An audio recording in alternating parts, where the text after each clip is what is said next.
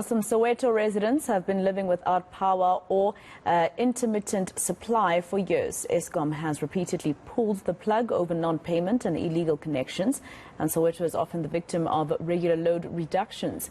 Some township residents are said to owe Eskom billions of rands, but while this tug of war plays out, many on the ground are suffering. Now let's go to our eNCA senior reporter Aviwe Mtila, who spent some time with a family and some residents in this wet weather in Soweto. Aviwe, Soweto seems to be a thorn on Eskom's side still. Just tell me, with regards to you spending the day there, what are residents telling you?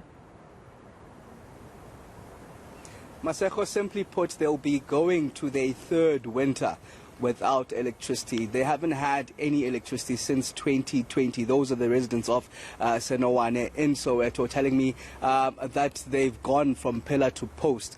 They were promised that they wouldn't have a dog Christmas in the Christmas that we just came from, yet that was the status quo going into Christmas. This year even, they're telling me that they've had to protest in order to get the attention of Eskom. You can imagine, I've been speaking to the elderly who are living on chronic medication, diabetic. Of course, the neighbors get frustrated after a while when you keep on asking for things like using their fridge, for example, for that chronic medication. So they've now resorted to putting that medication that needs to be refrigerated, Maseko, on the cement, on the ground. Just some of the struggles that they tell me they go through on a daily basis. For example, groceries are hard to make, given that you can't even utilize your fridge. So you have to buy little by little, Maseko, and food, of course, that gets rotten. You can only imagine now it is the winter season and it's bitterly cold in Johannesburg already. I can only imagine how the last number of days have been, and a lot of them, of course, using those gas heaters, but other families that we visited, they don't even have heaters, so they've had to just cuddle up in blankets, and this is, of course, coming from the poor. So I'm here on their behalf at Eskom just to get some answers as to exactly why this has been happening. In fact, I'm joined by the Gauteng spokesperson, Amanda Ngqedisi. So I'm thanking you for joining us at eNCA, but really this is unacceptable. What's been happening? Why don't the residents of Senowane not have electricity for 2 years? Good afternoon, Aviwe, and thank you for the opportunity. What has happened in Senowane is that it's one of the many areas that we have in Soweto and actually throughout the province in Gauteng, where we are experiencing a high number of our transformers that are failing, and these transformers are actually failing due to overloading, illegal connections, and customers actually not paying or buying for electricity that they've used. So Senowane is one of those areas where their transformers failed, and we were in the process of replacing their transformer. One of the delays in this particular area is because when we wanted to go into the area to convert the customers from the meters that we're using to split meters, they refuse us access into the area. So it's been a struggle for us to actually get into the area, convert them to split meters, so that we can then be able to fix and replace their transformer. But you're talking about 2 years here. You're speaking of a protest that happened in March, where obviously they're quite aggrieved and angered at this stage. And yes, they have now. You've converted some of those people where they were supposed to use prepaid meters, but they say those don't even work. You're literally telling me that Eskom couldn't resolve this issue in the last 2 years. So, as I mentioned earlier, that it took us a while for us to actually even get into the area to convert them to split meters. Once we had done that, one section of Senowane where we had replaced and installed the split, we were then supposed to configure the meters. That is when another delay came in, because we were then unable to go and configure those meters. We are in the process of configuring the rest of the customers that have not been able to load electricity.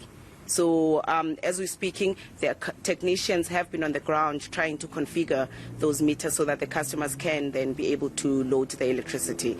And obviously the configuring of the meters is to ensure that we don't go back to the same situation we had, whereby their meters had failed because they're buying illegal tokens. So but these community members seem to tell me that these protests have only happened this year, the most recent one in March, because they've been fed up for the last 2 years. They haven't taken to the streets. They seem to suggest that Eskom only listens once there are these type of protests. So you telling me that you can't go there seems to be quite ingenuine given what I've been hearing on the ground? So, Aviwe, what the customers actually do is that we will engage with them to say this is the process that we follow, and when we want to go into the area and actually install the split meters, that's when they would refuse us access. So we engage and we're ready to go and install, and then you'll find that they would be like, no, you're not coming in here to install. Because they don't How want long us does to it normally control. take to fix a transformer?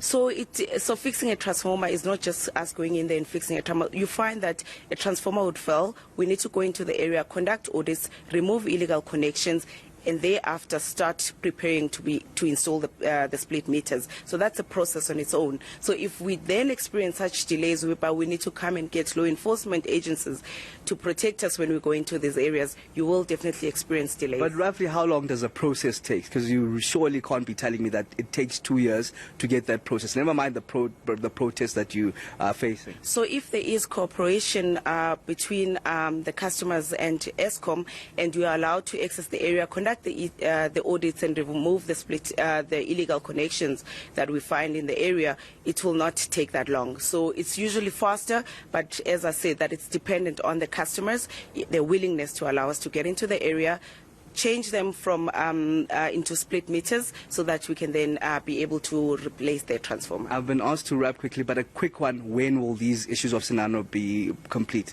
As I said, that we are currently on the ground configuring their meters, so they will be, there are customers that currently have supply as we speak, and then we are busy with configuring the rest of the meters so that they are able. So I think by the end of this week, the majority of these customers will be able to load electricity.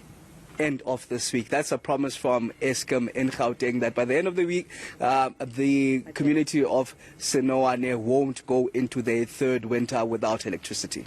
All right, senior reporter Aviwe Mtila in Johannesburg, in Midrand rather. Let's leave it there for now.